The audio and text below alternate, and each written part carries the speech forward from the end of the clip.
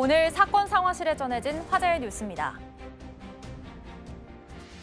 고속도로를 달리던 승용차 한 대가 아찔한 순간을 겪었습니다.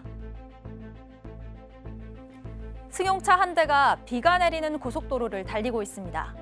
그런데 다소 빠른 속도로 달리는 게 아닌가 싶던 이 승용차.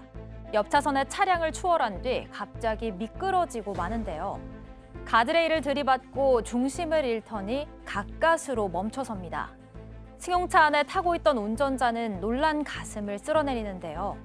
다행히 승용차 운전자는 크게 다치지 않은 것으로 알려졌지만 승용차는 폐차를 해야 할 정도로 부서졌습니다.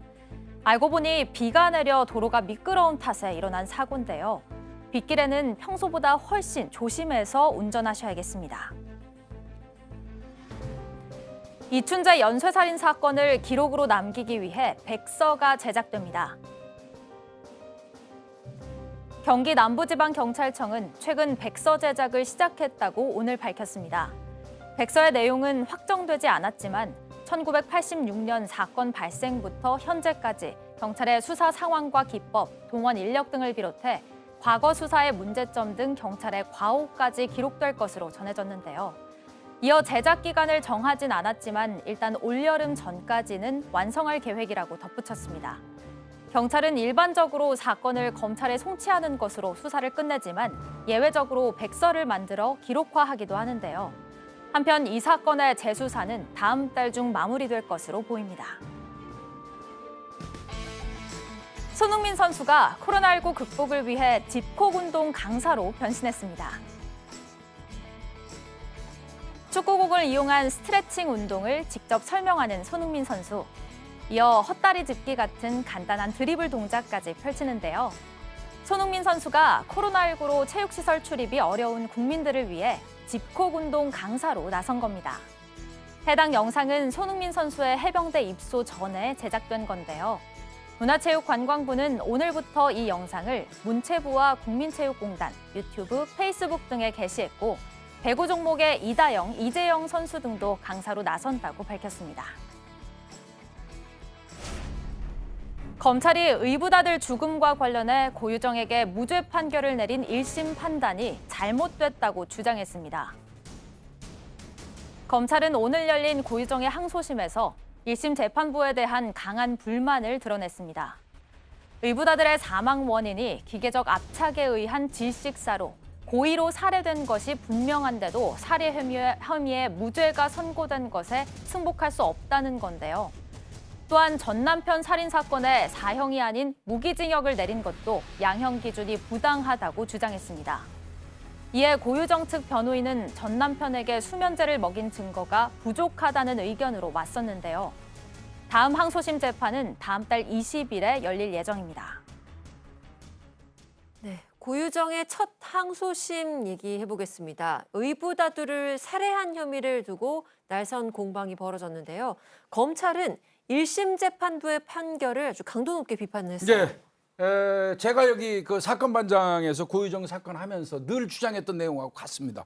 자, 그 현장에는 세 사람밖에 없었습니다. 고유정과 사망한 아이와 그다음에 아버지가 있었습니다. 근데 아버지는 잠자고 있었어요. 수면제 성분 나왔습니다. 잠자는 거 확실합니다. 아이는 사망했습니다. 그다음에 고유정은 깨 있었습니다. 그럼 누가 범인입니까? 이 부분에 대해서 검찰이 주장했던 거고요.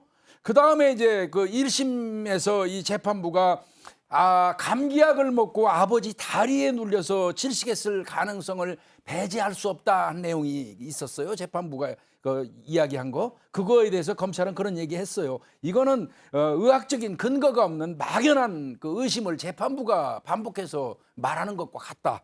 이렇게 얘기했고요. 나머지 이게 굉장히 저는 좀 의미 있게 들었습니다. 자, 극단적인 인명경시 풍조에서 적어도 1인 이상 한 사람을 살해한 경우에 사형을 집행하지 않는다는 어떤 그 사례를 들은 거거든요. 네. 이 재판부에서 비난동기 살인이라고 일반적으로 얘기하는데, 그런데 이 검찰에서 이런 얘기했어요. 대법원 판례에 따르면 누구라도 그게 즉 말하면 극형, 사형이 정당하다고 인정할 수 있는 특별한 경우가 있으면 사형 선고하는 거 할 수 있다는 겁니다. 2명 이상이라고 거기에 그런 원칙에 얽매이지 말라는 겁니다. 그러면서 이 말이 굉장히 그 인상 깊습니다. 도대체 얼마나 더 참혹하게 살인을 저질러야 사형이 선고되는 것이냐. 항소심 재판부는 유족의 간절한 외침을 들어달라. 이 얘기를 했습니다. 네. 그러면서 검찰은 의붓아들 사망 사건을 두고 특히 이태원 살인 사건을 예로 들었어요. 네, 97년에 발생한 사건이었는데 20년 만에 진범이 확인되고 유죄 판결이 선고된 사건입니다. 이 사건과 이태원 살인 사건과 이 고유정 의붓아들 사건 간에 유사점이 있습니다. 즉 피해자가 한 명 있고 그리고 가해자로 의심받는 사람이 또 2명이 있는 것이죠.